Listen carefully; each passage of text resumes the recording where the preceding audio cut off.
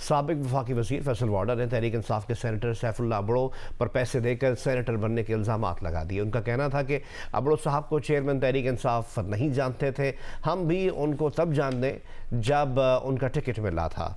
उन्होंने हामिद मीर के programme capital talk में बात करते हुए मज़ीद कहा कि अबड़ो साहब ने सेनेटर बनने के लिए दोस्ती में भी बहुत कुछ दिया होगा। मैं और अबड़ो साहब ने एक साथ इलेक्शन लड़ा, इनको भी मालूम है कि मैं सेनेट का इलेक्शन कैसे जीता और मुझे भी मालूम है कि अबड़ो साहब इलेक्शन कैसे जीते।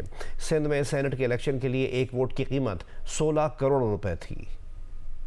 साहब करप्शन की बात कर रहे हैं, मैं अबड़ो साहब को याद दिला दूंगा। अबड़ो साहब को भी माशाल्लाह अल्लाह ने नवाजा हुआ है, तो अबड़ो साहब को भी पता है कि मैं सेनेट कैसे जीता था और मुझे ही पता है कि अबड़ो साहब जिस तरह सेनेट जीते थे। मुझे नहीं पता कि मेरी पार्टी में किसी ने भी पैसे दे के सेनेट में आया हो। 16 करोड़ रुपए का रेट सिंध में मैंने तो नहीं खोला था। तो 16 करोड़ रेट था एक वोट का, तो एक वोट का। I am not aware. अच्छा जी अबड़ो साहब, अब आप बताएं, क्योंकि आप तो बराह रास्त इल्जाम ही लगा दिया। तजुर्बे इस पे है कि फैसल हमने तो इलेक्शन ही साथ लड़ा ना, तो 3 साल पहले कहते जब वफाकी मिनिस्टर थे तो वो मैंने उसको भी कहा है अबड़ो साहब। 2 मिनट मुझे बात करने देना।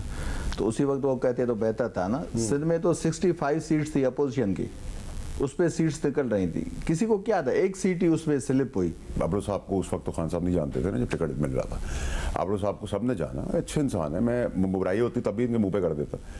हम भी उनको तब जाने जब इनका टिकट हुआ, ठीक है। उससे पहले तो हम अबड़ो साहब को नहीं जानते थे पार्टी